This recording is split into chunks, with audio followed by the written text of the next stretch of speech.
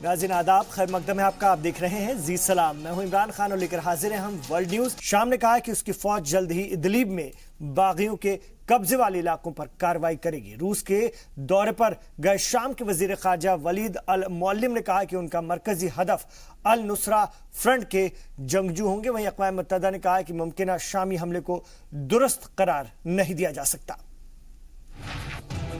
शाम में बागियों के कब्जे वाले इलाके इदलिब में दमिश्क और मास्को की मुमकिना हमलों को लेकर तशवीश बढ़ गई है। शामी हुकूमत ने फैसला किया है कि हम इदलिब से अल नुसरा फ्रंट को बेदखल करके रहेंगे। हम दहशतगर्दों के खिलाफ तमाम फोर्सेस को इकट्ठा कर रहे हैं। हमारी कोशिश है कि आम शहरियों का कम से कम नुकसान हो। हम इदलिब में किसी के खिलाफ कीमियाई हथियारों का इस्तेमाल नहीं करेंगे। वहीं रूस के वजीर खारजा सरगई लावरोफ ने कहा कि मगरबी ममालिक इदलिब में दहशतगर्द तंजीमों को बचाने की कोशिश कर रहे हैं, लेकिन उनका सफाया होकर रहेगा।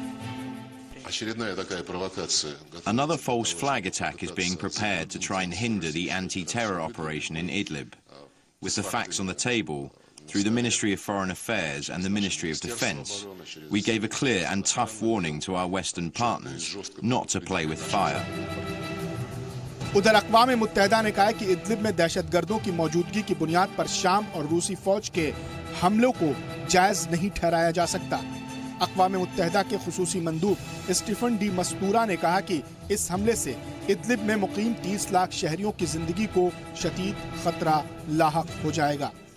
The estimates of the Al-Qaeda, Al-Nusra, whatever name they want to call themselves, is more or less around 10,000 of them, plus families.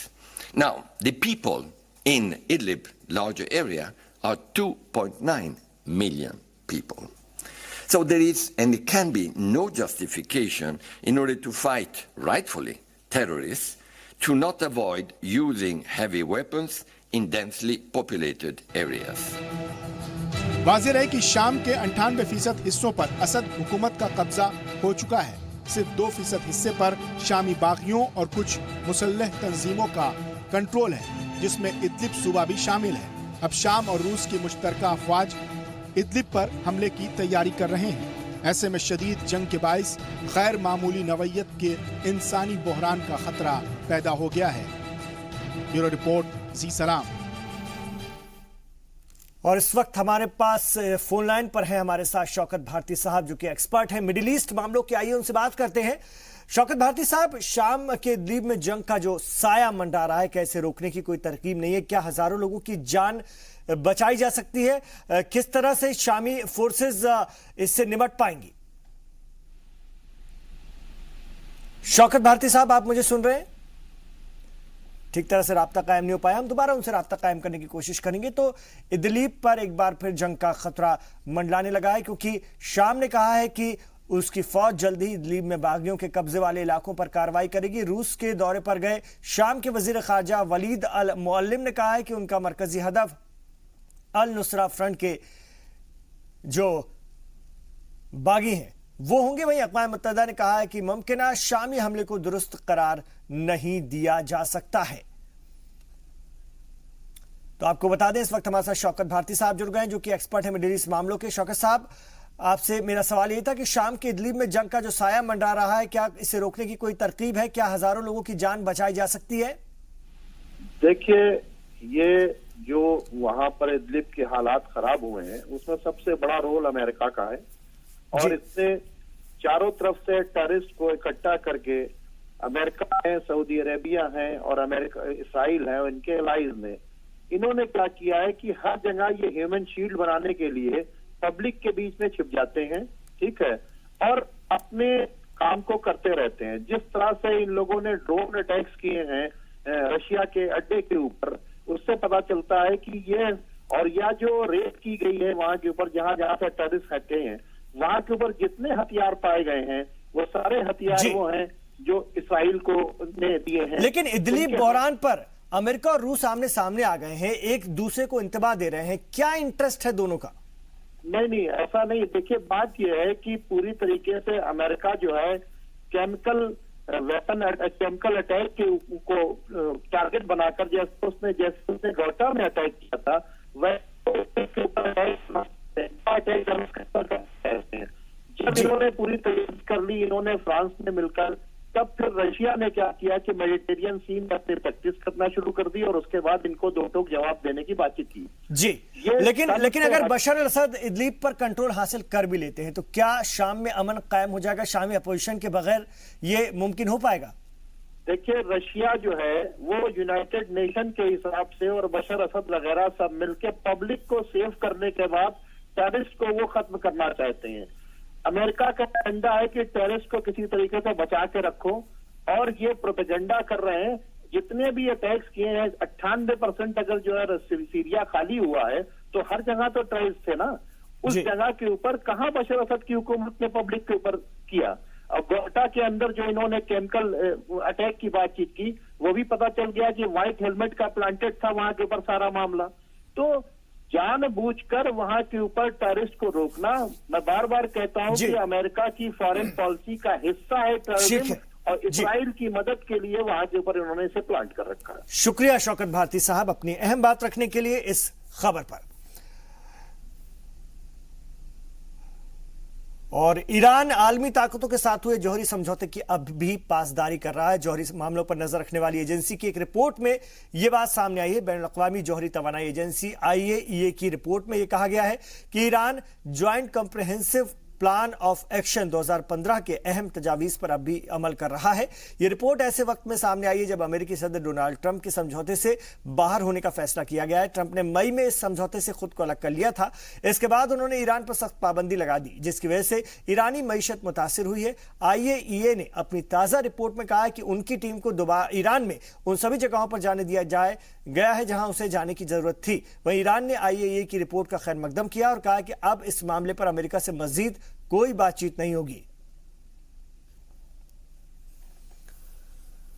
इधर लीबिया के दारुल हुकूमत त्रिपोली और उसके नवाही इलाकों में दो मुख्तलिफ मिलिशिया के दरमियान गुज़िश्ता 4 दिनों से जारी शदीद झड़पों में 27 अफराद हलाक और कम से कम 100 से ज्यादा लोग जख्मी हो गए। इन दोनों मुसल्लह ग्रुपों के दरमियान गुज़िश्ता पीर को त्रिपोली के जुनूब में वाक़ इलाके में लड़ाई शुरू हुई थी और वो टैंकों और मशीन गनों से एक दूसरे के खिलाफ हमले कर रहे हैं। इसके दरमियान मंगल को जंगबंदी हुई थी लेकिन दोबारा लड़ाई शुरू हो गई। लीबिया की वजारत सेहत ने इस लड़ाई में 27 अफराद की हलाकत की तस्दीक की है और कहा है कि 91 अफराद जख्मी हुए हैं जिनमें आम शहरी हैं। लीबिया की कौमी इत्तेहाद की हुकूमत के वजीर आजम फायज अल सिराज ने सिक्योरिटी अफवाज से जंगबंदी की निगरानी की जिम्मेदारी सौंपी है।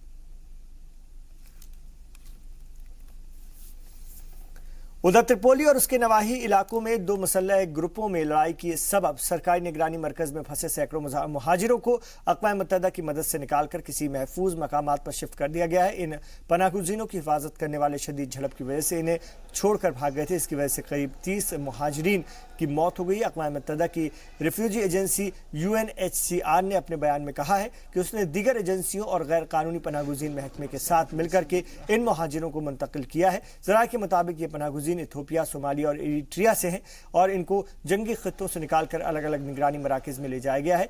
आइन ज़ारा में कुछ पनाहगुज़ीन अभी भी मदद का इंतजार कर रहे हैं।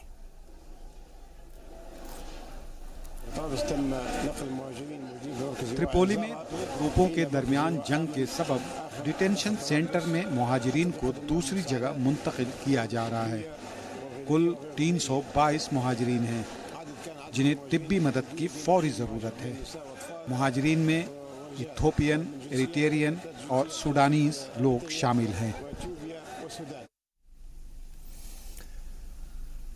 इधर अक़वाम मुत्तहिदा ने उइगुर मुसलमानों को बड़े पैमाने पर हिरासत में रखने पर चीन पर सख्त तनकीद की। अक़वाम मुत्तहिदा हुकूक इंसानी कमीशन ने दहशतगर्दी से निपटने के बहाने हिरासत में रखे गए इन लोगों को रिहा करने की अपील की है। अक़वाम मुत्तहिदा का ये बयान ऐसे वक्त में आया है जब रिपोर्टों में कहा गया है कि शिनजियांग में करीब 10 लाख से ज्यादा मुस्लिम उइगुरों को कैंपों में बंधक बनाकर रखा गया है और कुछ दिन पहले अक़वाम मुत्तहिदा हुकूक इंसानी कमीशन की एक रिपोर्ट में कहा गया था कि इस बात के पुख्ता सबूत हैं कि चीन ने 10 लाख उइगुर मुसलमानों को खुफिया कैंपों में कैद कर रखा है। हालांकि चीन ने इन इल्जामात को खारिज कर दिया है। आपको बता दें कि चीन में करीब 2.5 करोड़ मुस्लिम रहते हैं और ये सभी अलग अलग कम्युनिटी जैसे कि उइगुर, कज़ाक, डोंगजियांग, किर्गिज और उज़्बेक नस्ल के ताल्लुक रखने वाले हैं। The committee has been alarmed by numerous reports of the detention of large numbers of ethnic Uyghurs and other Muslim minorities held incommunicado and often for long periods without being charged or tried under the pretext of countering terrorism and religious extremisms. The committee regrets that there is no official data on how many people are in long-term detention. इधर Netherlands के इंतहाई दाएं बाजू के मुतनाज़ा leader greet विल्डर्स ने पैगंबर इस्लाम के खाकों पर मुश्तमिल मुकाबले के इनेकाद का मंसूबा तर्क कर दिया है। खाका बनाने का ये मुकाबला रवां बरस नवंबर में ग्रीट विल्डर्स की सियासी जमात के दफ्तर में मुनक़िद होना था। पैगंबर इस्लाम के खाकों पर मुश्तमिल मुकाबले के इनेकाद के ऐलान के बाद पाकिस्तान समेत दुनिया भर में शदीद एहतजाज किया गया था। लोगों ने इससे गुस्ताख रसूल के खिलाफ सख्त सज़ा की मांग की थी।